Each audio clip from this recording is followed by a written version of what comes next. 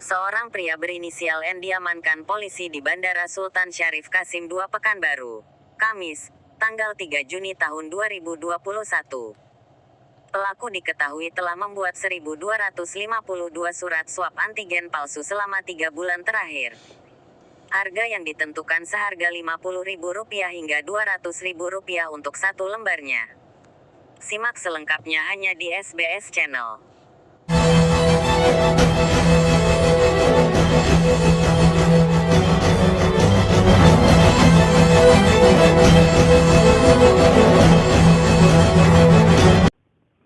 Bismillahirrahmanirrahim. Assalamualaikum warahmatullahi wabarakatuh. Sahabat SBS Channel mana saja berada, pada video kali ini kita akan bahas tentang pasar gelap rapid test. Jadi ada beberapa peristiwa yang sudah berhasil diungkap, beberapa fakta berhasil diungkap oleh aparat kepolisian tentang pasar gelap, bisnis gelap rapid test terbaru di Pekanbaru. Jadi ini akan kita bahas pada video kali ini, maka jangan kemana-mana, tetap di channel ini, simak video ini sampai selesai. Bagi sahabat yang belum subscribe channel ini, silakan tekan tombol subscribe warna merah yang ada di bawah video ini. Jangan lupa juga tinggalkan komentar sahabat untuk perbaikan channel ini ataupun untuk masukan bagi pemerintah kita, terutama dalam hal penanganan COVID-19. Nah, sahabat di mana saja berada, beberapa waktu lalu, tepatnya di bulan April, kita juga sudah mendengar berita penggerebekan di Bandara Kuala Namu, Deli Serdang, Sumatera Utara. Juga kasusnya adalah pemalsuan rapid test.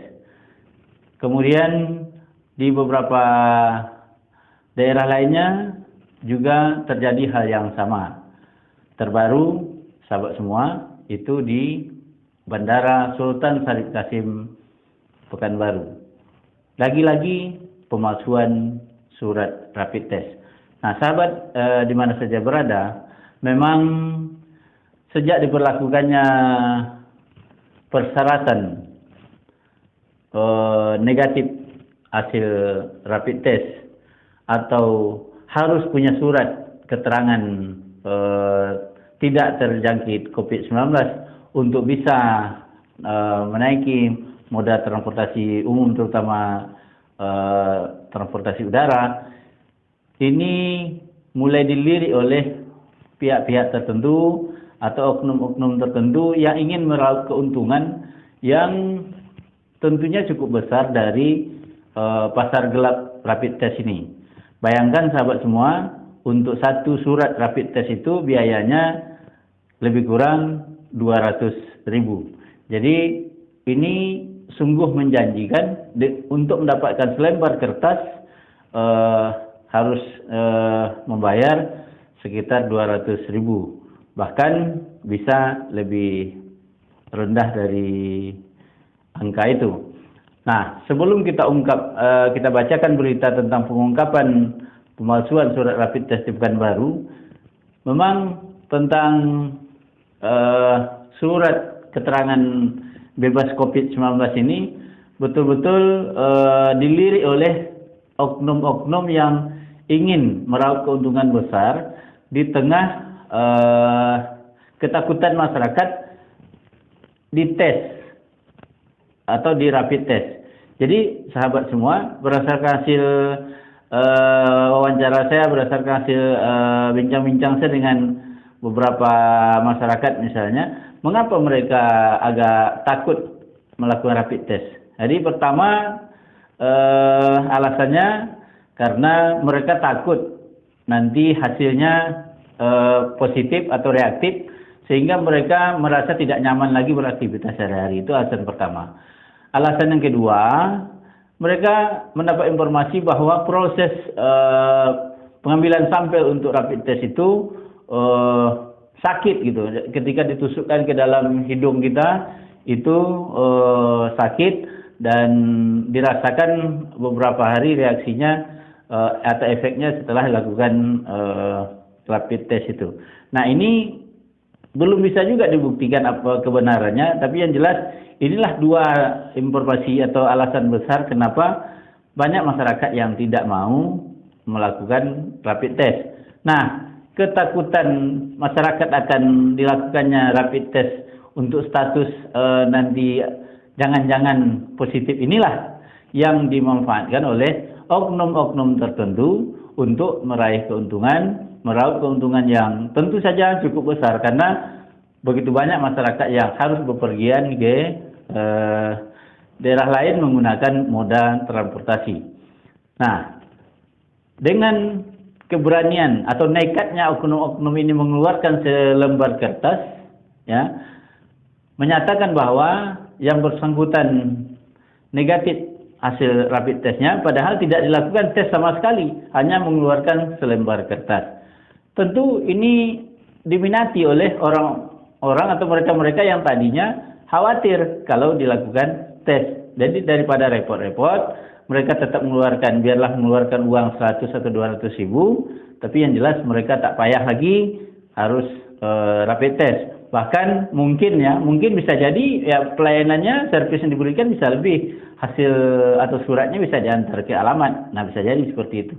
Jadi menarik bagi oknum-oknum tertentu memanfaatkan ini sebagai lahan baru untuk meraup keuntungan.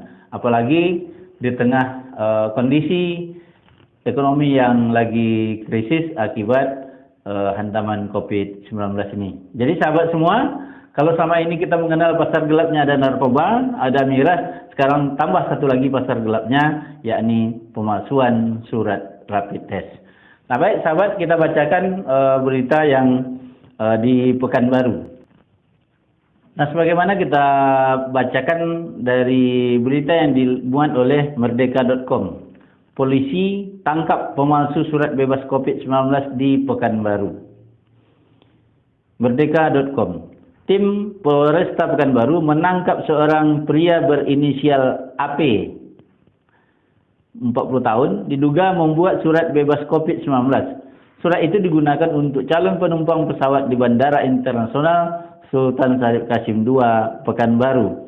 Dari keterangan para saksi, penumpang dan poter bandara yang sempat diinterogasi, diketahui surat tersebut diduga dibuat oleh seorang pria yang berinisial AP. Nah ini berita di merdeka.com.